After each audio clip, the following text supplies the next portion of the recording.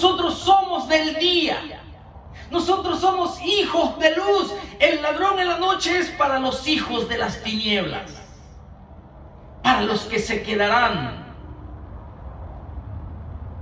en ese tiempo de la tribulación y de la gran tribulación que el mundo experimentará.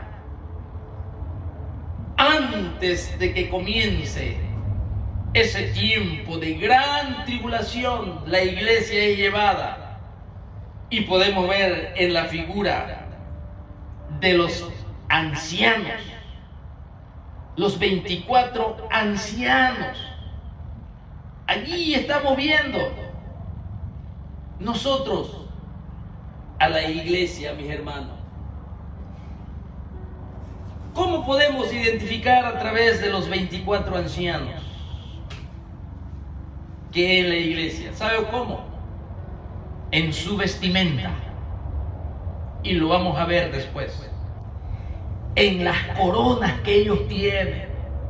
Porque solo a la iglesia se le ha prometido corona. Por eso Pablo habla de las coronas incorruptibles que recibirá la iglesia en ese tribunal de Cristo.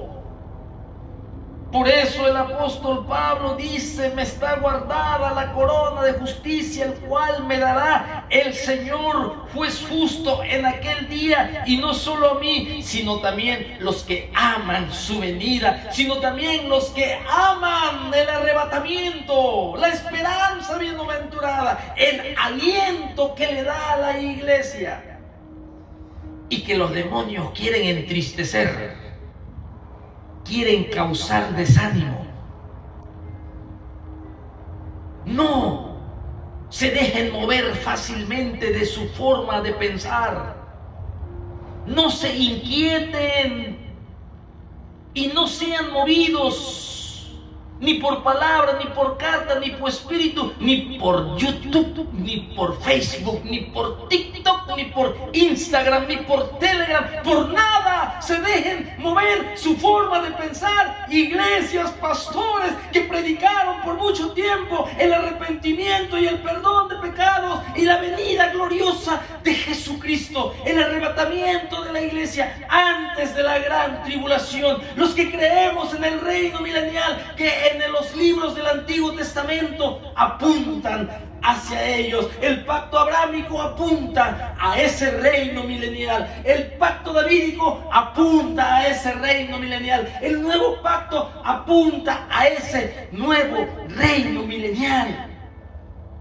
No se dejen mover tan fácilmente en su forma de pensar,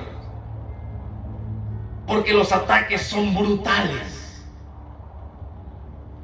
Los ataques son infernales. Por eso le recomienda el apóstol a la iglesia y le dice: hermanos, vístense, posesionense de la coraza de fe, de seguridad, de aliento, de certeza, de ánimo y también de amor al arrebatamiento de la iglesia, porque ahí viene Jesucristo y vamos a tener un encuentro glorioso cual nunca lo hemos experimentado. Ese amor eterno, ese amor entrañable de ver a nuestro Salvador. Y por eso dice que también nosotros debemos de tener esa esperanza de salvación como yelmo. La esperanza de salvación como yelmo, que me cubra el cerebro, que me cubra la mente, que me cubra de alma esa esperanza gloriosa. Los demonios quieren atacar con sus dardos de fuego del enemigo, pero no lo lograrán, porque la iglesia El que está en medio de ellos se llama Jesucristo. El que lo tiene en su diestra es el Rey de Reyes y Señor de Señores. El que anda y vigila se llama el primogénito de los muertos. Se llama el soberano. Se llama el primero y el último. Se llama el Cordero de Dios que quitó nuestro pecado. Se llama el Príncipe de Paz, que también le promete corona incorruptible a sus pastores. Eso lo puedes ver allí en la epístola del apóstol Pedro, que cuando aparezca el príncipe de los pastores, entonces obtendrán la corona incorruptible de gloria, dice la palabra de Dios, que se recibirá mientras el mundo es pagado con tribulación por la ira de Dios. En el arrebatamiento de la iglesia, en las nubes, en el aire, ahí estará el tribunal de Cristo para que cada uno reciba lo que según haya hecho mientras estaba en el cuerpo. No es para condenación, sino que es para recompensa. Es para que nosotros, cuando estemos en su trono, esas coronas de justicia, esa corona, como lo dice Santiago, esa corona que bienaventurado el varón, dice que soporta la tentación, porque cuando haya resistido la prueba, la corona de la fidelidad, dice, recibirá la corona de vida que Dios ha prometido a los que le aman. En Apocalipsis 5, en medio del trono, ahí estará la iglesia, ahí estará todos los redimidos y comprados con sangre. Evidencia contundente. Y cantan y dicen: con tu sangre nos has redimido, con tu sacrificio nos has comprado, pagaste el precio por nuestra salvación. Y se quitan las coronas que ha dado el Señor como recompensa, porque esa corona es para su gloria. Esa corona se le ofrece y se le dice: tuya es la salvación, tuyo es el poder, tuyo es la sabiduría, todo es tuyo para tu gloria, Señor, porque sin ti soy hijo de condenación, soy hijo del diablo, soy hijo del infierno, soy esclavo del pecado, soy hijo de perdición. Sin ti no soy nada. La iglesia, el arrebatamiento de la iglesia es la esperanza bienaventurada. Por eso en Apocalipsis 3:10 se le dice a la iglesia de Filadelfia: he aquí yo vengo pronto, retén lo que tienes para que ninguno tome tu corona. Apocalipsis 3:11 a la iglesia de Filadelfia: he aquí vengo pronto, retén lo que tienes para que ninguno tome tu corona.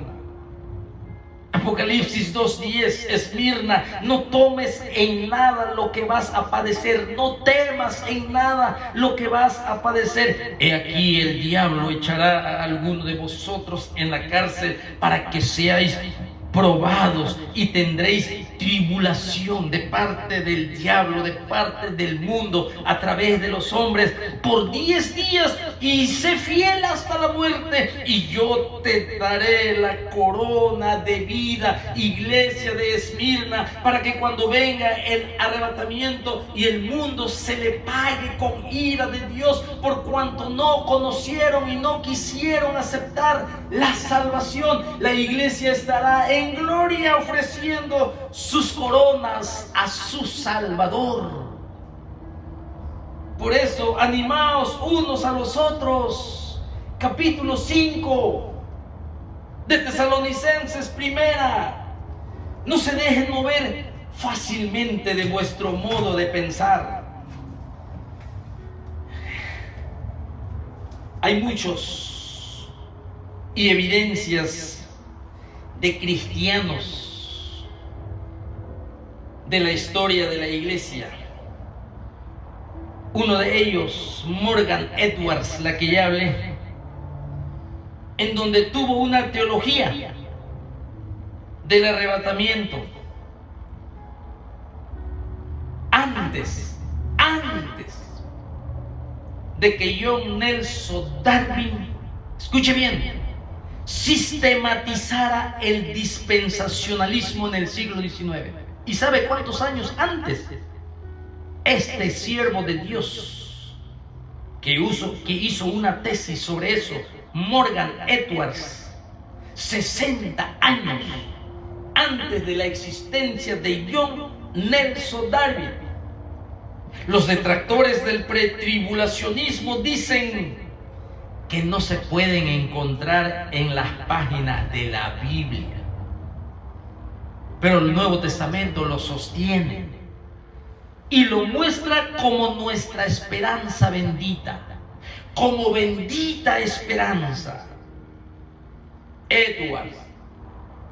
Morgan Edwards, junto con el sermón del siglo IV de Pseudo Efraín y otros, dejan claro que si bien John Nelson Darby pudo haber restaurado el arrebatamiento pretribulacional, él no lo originó.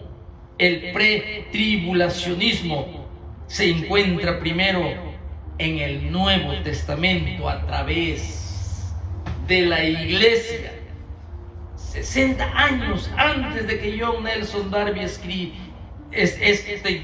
Edwards escribió una tesis de elementos del rapto pretribulacional.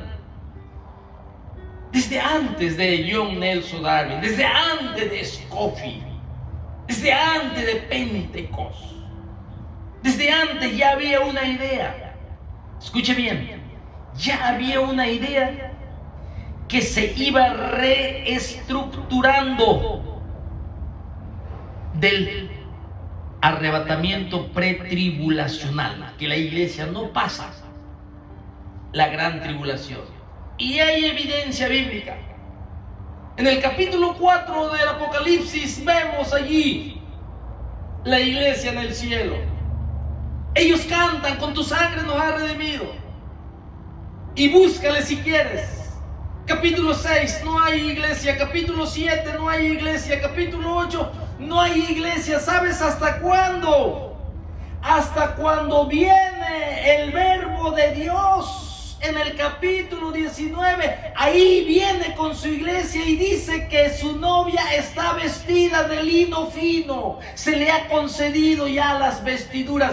Ya venimos con él.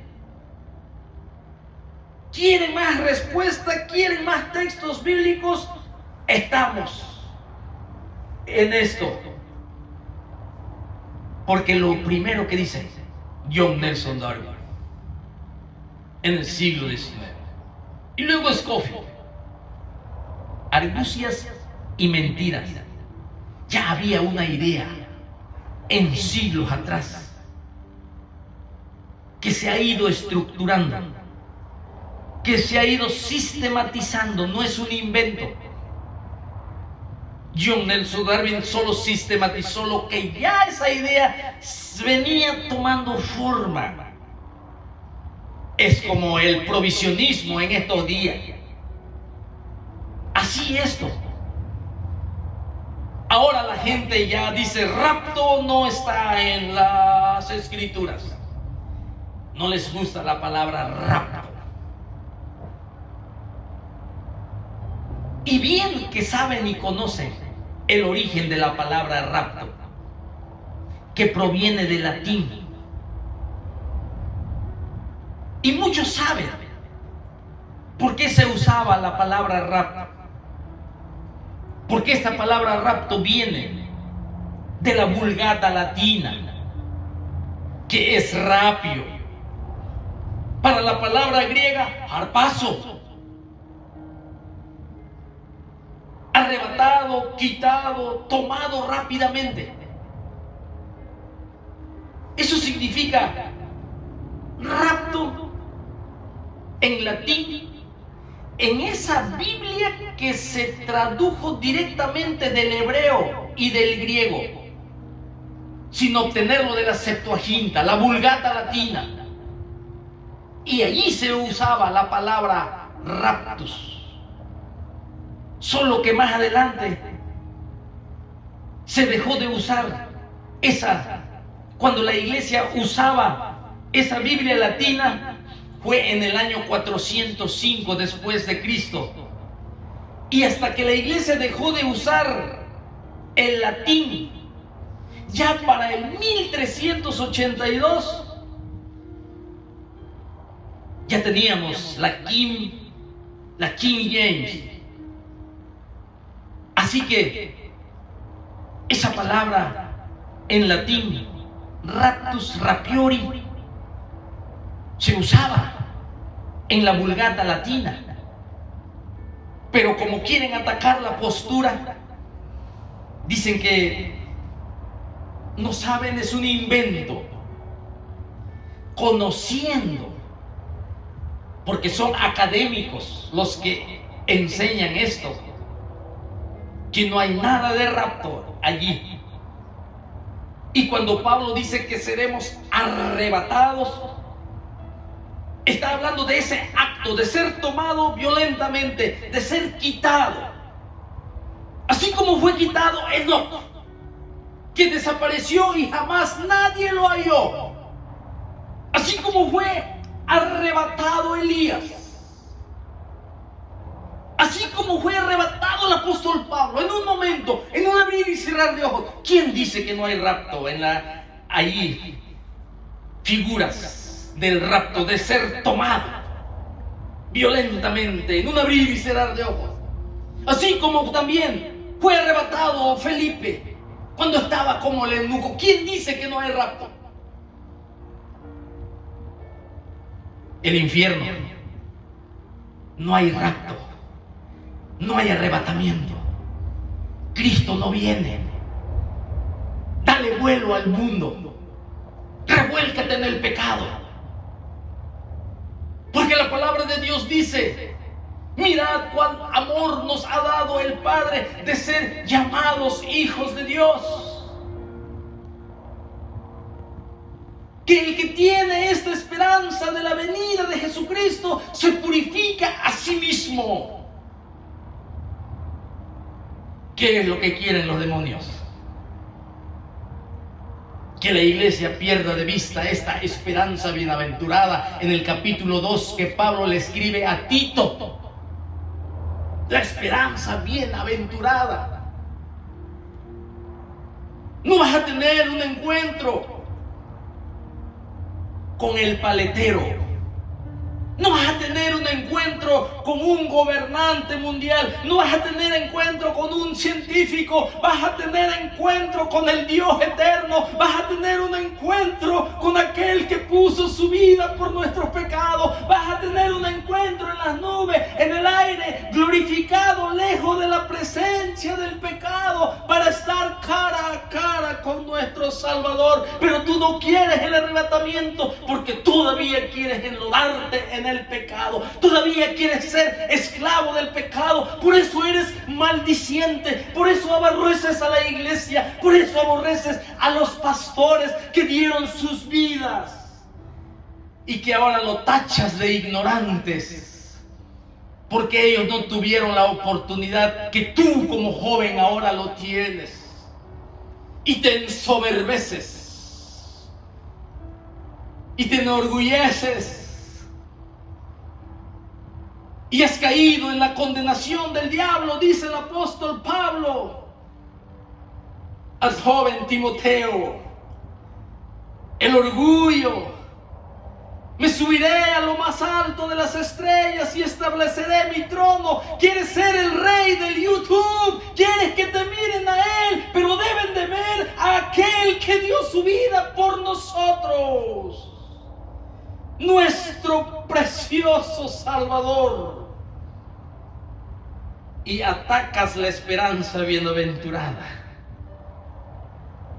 Una vez lo dije, ten cuidado porque se te puede aparecer a aquel que te va a decir: dura cosa te es dar coces contra el aguijón.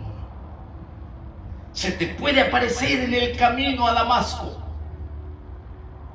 el que está en medio de su iglesia y que mira, que entristecen, que desaniman, que atacan la esperanza bienaventurada. El rapto, el arrebatamiento es para la iglesia la esperanza de gloria, el aliento, la vida de la iglesia, el eterno peso de gloria. La Vulgata Latina es la traducción de la Biblia al latín, realizada principalmente por San Jerónimo a finales del siglo IV, basado en el texto original del hebreo y del griego. Ahí está la palabra rapto. Te haces como el que no lo conoces para atacar al cuerpo de Cristo, para atacar la mente de mis hermanos que no tienen muy bien puesto el yelmo de la salvación.